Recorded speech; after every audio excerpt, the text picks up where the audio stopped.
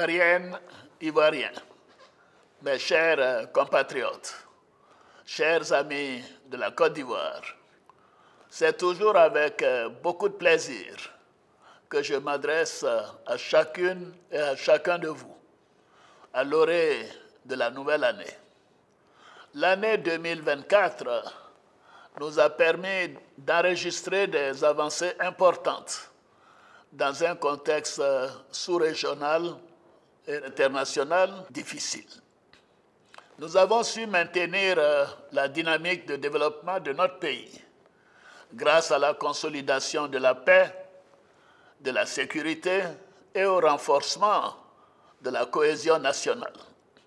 La paix constitue pour nous une valeur cardinale que nous devons préserver en toutes circonstances par le dialogue.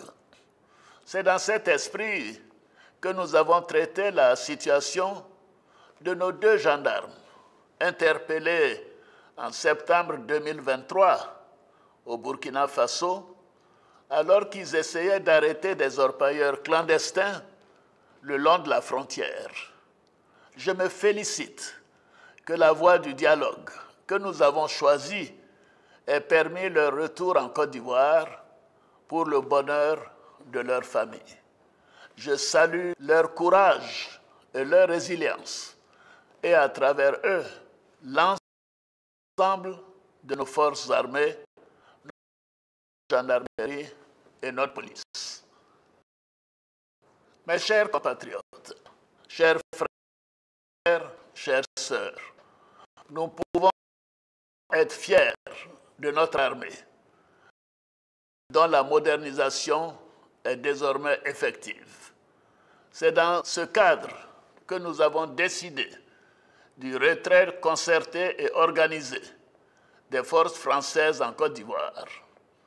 Ainsi, le camp du 43e BIMA, le bataillon d'infanterie de marine de Port-Bouët, sera rétrocédé aux forces armées de Côte d'Ivoire dès ce mois de janvier 2025. Pour marquer cette nouvelle étape de la vie de notre armée, j'ai décidé de baptiser ce camp du nom du général Ouattara Thomas Dakin, militaire au parcours exceptionnel et tout premier chef d'état-major de l'armée ivoirienne. Mes chers compatriotes, l'année 2024 a été marquée par la parfaite organisation de la 34e édition de la Coupe d'Afrique des Nations de football par notre pays. Je tiens à renouveler la reconnaissance de toute la nation à nos éléphants champions d'Afrique pour la 3e fois. Au plan diplomatique, notre pays continue de rayonner à l'international. Depuis le 4 décembre 2024, le savoir-faire lié à la fabrication de notre attiéké est inscrit sur la liste du patrimoine culturel immatériel de l'UNESCO. Cette reconnaissance internationale fait notre fierté. Je me réjouis également d'avoir été choisi par l'UNESCO en qualité de protecteur du prix Félix Houphouët-Boigny pour la recherche de la paix. je continuerai d'œuvrer pour le rayonnement de ce prix, ainsi que pour la promotion des valeurs de paix que nous a léguées notre père fondateur, le président Félix Houphouët-Boigny. Par ailleurs, notre compatriote Zeinab Bansé vient de battre le record Guinness du plus long marathon de cuisine, une première en Afrique francophone. Je tiens à la féliciter pour son courage et sa persévérance. Chers frères, chères sœurs, l'année 2024 a également vu la poursuite de nos investissements dans les domaines portuaires, routiers, énergétiques et des télécommunications. Nous continuerons sur cette lancée avec la réhabilitation et l'extension de l'aéroport international Félix Houphouët-Boigny, pour donner à notre pays un aéroport à la hauteur de ses ambitions économiques et touristiques. Notre compagnie nationale Air Côte d'Ivoire procédera dans quelques mois au lancement des vols long courriers qui commenceront par Paris et s'étendront à Washington, New York, Londres et Genève.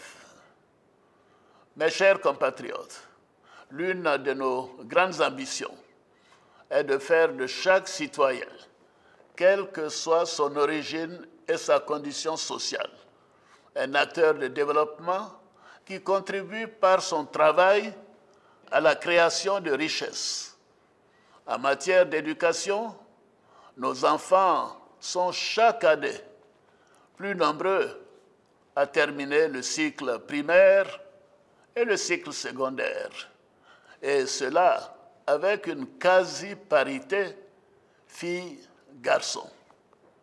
Le nombre de collèges et de lycées publics a triplé. Nous sommes ainsi passés de 294 en 2011 à un total de 902 en 2024. En 2025, ce sont 15 lycées de jeunes filles et une centaine de collèges de proximité qui seront construits pour renforcer nos acquis en matière d'éducation. Au niveau de l'enseignement supérieur et de la recherche scientifique, l'achèvement de la première phase des universités de San Pedro et de Bandoukou, ainsi que la construction en cours de l'université d'Odjené, nous permettront de passer de 3 universités en 2011 à 10 universités en 2025. La compétitivité de nos universités et grandes écoles s'améliore également. C'est le cas de l'Institut national polytechnique de Yamoussoukro, classé meilleure université francophone en Afrique en 2024, après l'université Mohamed V du Maroc. Nous continuerons d'améliorer les conditions d'études et de vie de nos étudiants. Dans ce cadre, les cités universitaires, y compris celles de l'Institut national polytechnique et de l'École normale supérieure, feront l'objet de réhabilitation complète dès janvier 2025. Nous augmenterons également le nombre d'étudiants boursiers dès la rentrée académique prochaine. En ce qui concerne l'enseignement technique et la formation professionnelle, de nouveaux centres de formation seront mis en service dès 2025 pour donner à nos enfants une formation de qualité et des perspectives d'emploi. En matière de santé, la couverture du territoire se poursuit. Désormais, 80% des populations vivent à moins de 5 km des centres de santé, contre 66% en 2011. À ce jour, 16 millions de personnes sont enrôlées à la couverture maladie universelle. En 2025, nous poursuivrons la construction de 9 hôpitaux généraux, de 4 centres hospitaliers régionaux, du CHU d'Abobo et l'achèvement du nouvel institut de cardiologie de Bouaké. Mes chers compatriotes, la mise en œuvre du programme social du gouvernement se poursuit avec succès. Désormais, 94% des localités de notre pays ont accès à l'électricité. Notre objectif est de couvrir la totalité du pays en électricité à la fin de l'année 2025. Grâce à notre programme Électricité pour tous, 2 millions de familles ont déjà bénéficié de connexions au réseau électrique au tarif social de 1 000 francs CFA. Quant à l'eau potable, le gouvernement poursuit ses efforts pour renforcer la capacité de production d'eau potable. À cet égard, le projet Eau pour tous a été lancé en 2024. Il vise 200 chefs-lieux de sous-préfecture, ainsi que les localités de 4 000 habitants et plus. Les travaux d'extension et de densification des réseaux de distribution sont également en cours dans le Grand Abidjan et à l'intérieur du pays. Par ailleurs, le gouvernement poursuivra ses actions en faveur de la réduction des inégalités sociales et la protection des ménages les plus fragiles.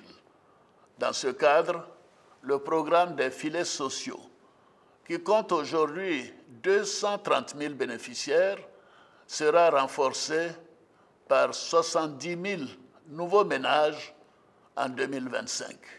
J'ai instruit le Premier ministre, Robert Mambé-Begré, à l'effet d'y inclure les ménages touchés par les déguerpissements dans certains quartiers du district d'Abidjan.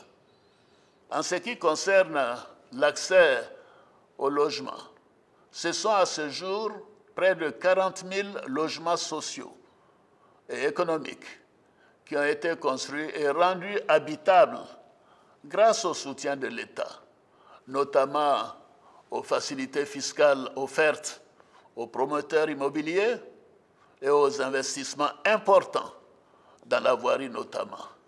De plus, les importantes réformes entreprises ces dernières années permettront en 2025 de produire des logements sociaux en plus grand nombre.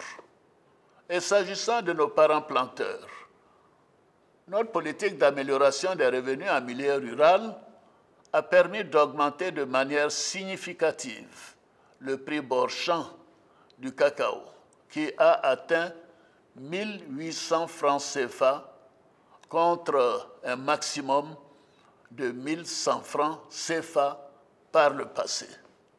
De plus, tous les producteurs de café et de cacao, détenteurs de la carte de planteur, bénéficieront gratuitement de la couverture maladie universelle dès le premier trimestre 2025.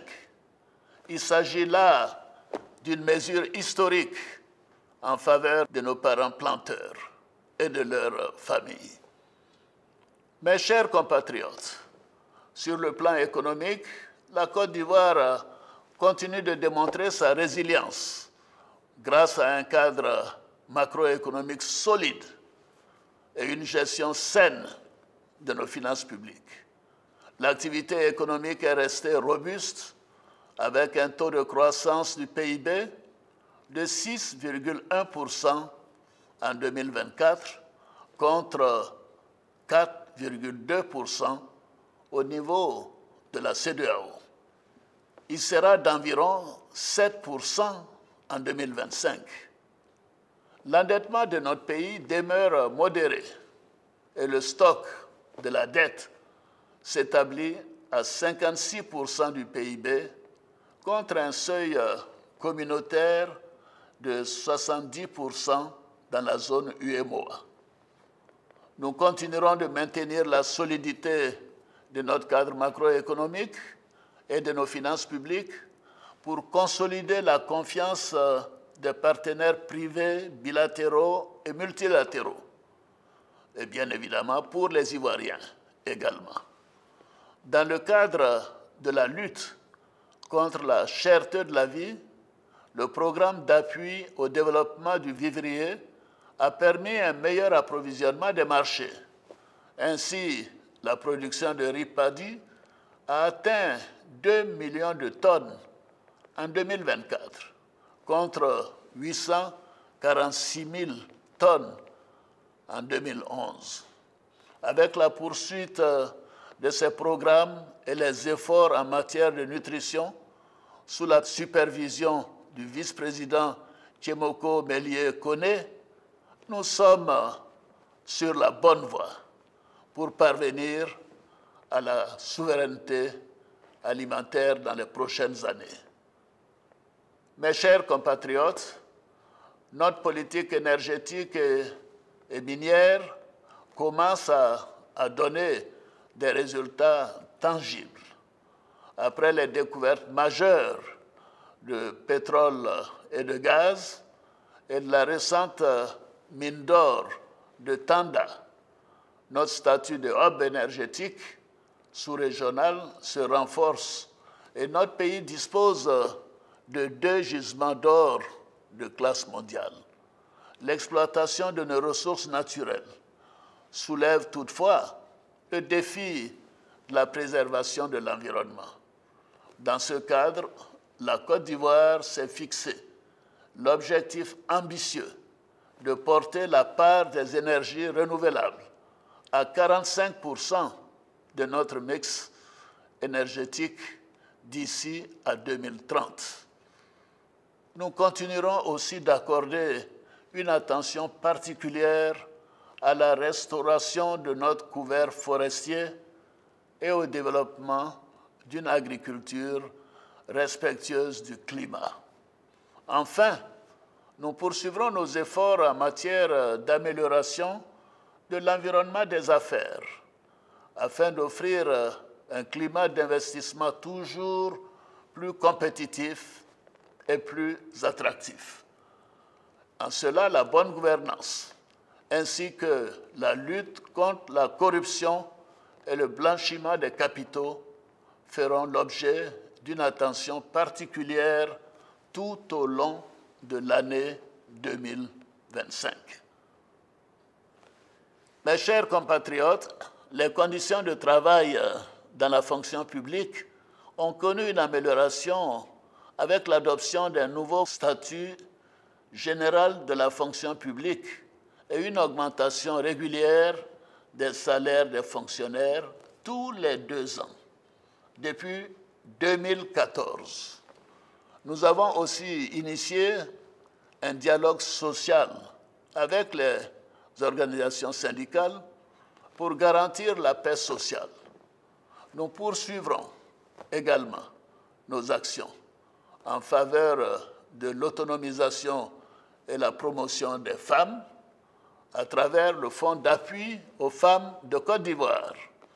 Ainsi, ce sont plus de 420 000 femmes qui ont pu accéder à des ressources financières en vue de créer ou de renforcer des activités génératrices de revenus.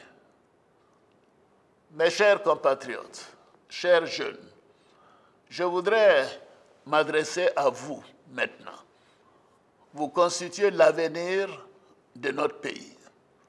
C'est pourquoi j'attache une attention particulière aux mesures en faveur de votre épanouissement. Je connais votre envie d'exprimer votre talent, votre soif d'indépendance et votre besoin d'épanouissement pour aider vos familles et contribuer au rayonnement de notre beau pays. Le programme jeunesse du gouvernement s'inscrit aussi dans ce cadre et il a déjà permis à des milliers de jeunes d'en bénéficier. Par ailleurs, le dynamisme des secteurs de la culture, du tourisme et du numérique offre des possibilités énormes en matière de création d'emplois et d'amélioration des conditions de vie des jeunes.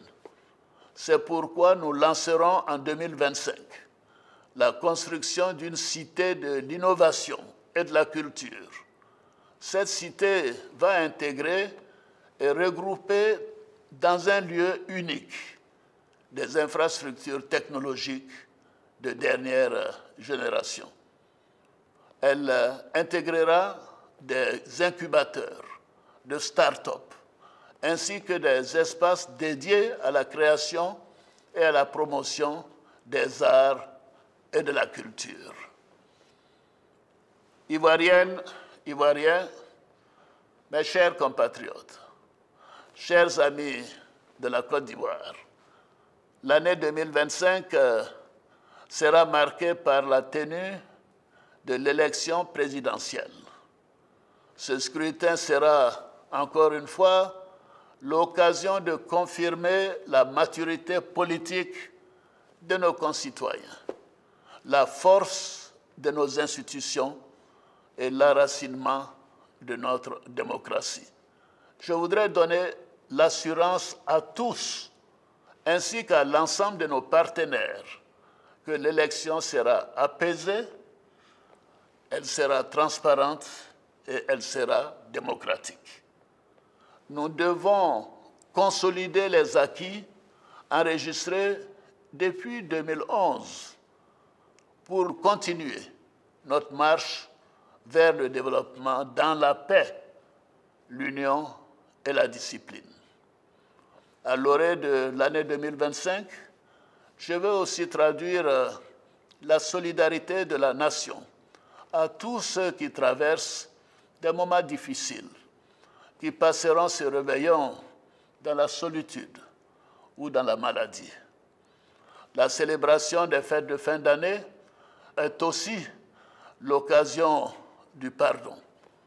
C'est pourquoi, conformément à l'article 66 de la Constitution, j'ai décidé d'accorder la grâce à environ 2000 détenus de droit commun, condamnés pour des infractions mineures. Mes chers compatriotes, chers frères, chères sœurs, j'appelle toutes les Ivoiriennes et tous les Ivoiriens à s'approprier nos idéaux de paix et de cohésion sociale, à apporter leur pierre à l'édification de la Côte d'Ivoire solidaire, une Côte d'Ivoire que nous devons continuer à faire rayonner en Afrique et dans le monde. C'est sur cette note d'espoir que je souhaite à chacune et à chacun de vous nos meilleurs vœux de santé, de bonheur et de prospérité pour l'année 2025. Bonne et heureuse année à toutes et à tous. Vive la République, vive la Côte d'Ivoire, que Dieu bénisse notre beau pays.